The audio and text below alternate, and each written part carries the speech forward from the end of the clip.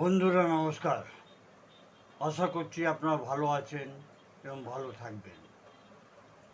আজকে আমাদের বিষয় হচ্ছে ইনফ্লামেশন অফ ইউটেরাস, মানে গর্ভাশয়ের সূজন ফুলে যাওয়া। যখন গর্ভাশয়ের ভেতরে পরতে লেয়ারে কোনো সংক্রমণ কিংবা সূজন হয়ে যায়, তখন ওটাকে গর্ভাশয়ে সূজন বলা হয়। এই সমস্যাটা প্রসবের পরে, গর্ভপাতের পরে কিংবা যে কোনো ইনফেকশনের সময় হতে পারে। কারণ হচ্ছে ব্যাকটেরিয়াল ইনফেকশন, প্রসব কিংবা গর্ভপাতের ইনফেকশন, হাইজিন মেনটেন না করা, কোনো যৌন সঞ্চারিত রোগ, বারে বারে গর্ভাশয়ের মধ্যে ইনফেকশন, তলপেটে ব্যথা, জ্বর এবং কমজোরি ভাব, দুর্গন্ধযুক্ত যোনিস্রাব, মাসিক ধর্ম অনিয়মিত, মেলামেশা করার সময় খুব ব্যথা, কোমরে ব্যথা, এটা হচ্ছে লক্ষণ। হোমিওপ্যাথি ওষুধ কী কী আছে আসুন আমরা জানি। হোমিওপ্যাথি রোগীর লক্ষণ, সম্পূর্ণ লক্ষণ কেস টেকিং করা হয়, তারপর মেডিসিনের সিলেকশন হয়। তো বন্ধুরা, প্রথম যে ওষুধই হচ্ছে ওটা হচ্ছে সিপিয়া।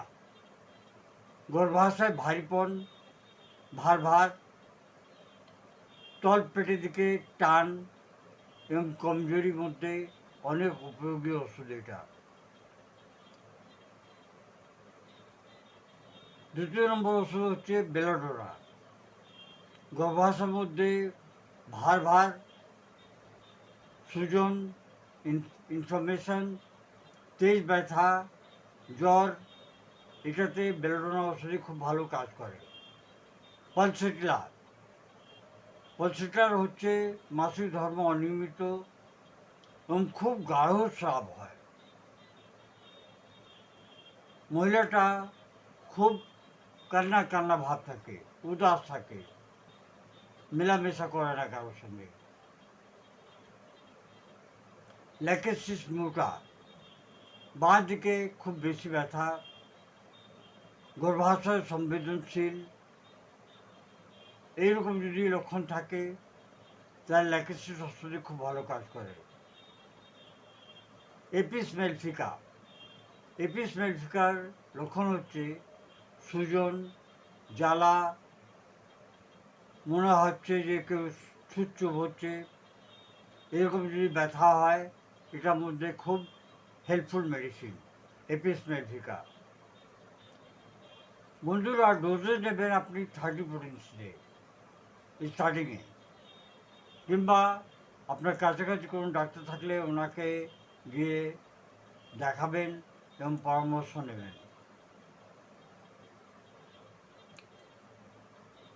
কী কী সাবধানী প্রিকশন নিতে হবে? সব সময় পরিষ্কার পরিচ্ছন্ন থাকবেন। ইনফেকশন হলে ইমিডিয়েটলি আপনি ডাক্তারকে দেখান। প্রসবের পরে নিয়মিত যাঁচ করাবেন। বন্ধুরা, এটা ছিল ইনফরমেশন অফ ইউটেরাস। আজকের জন্য এতই। ধন্যবাদ। Long live homeopathy, long live animal.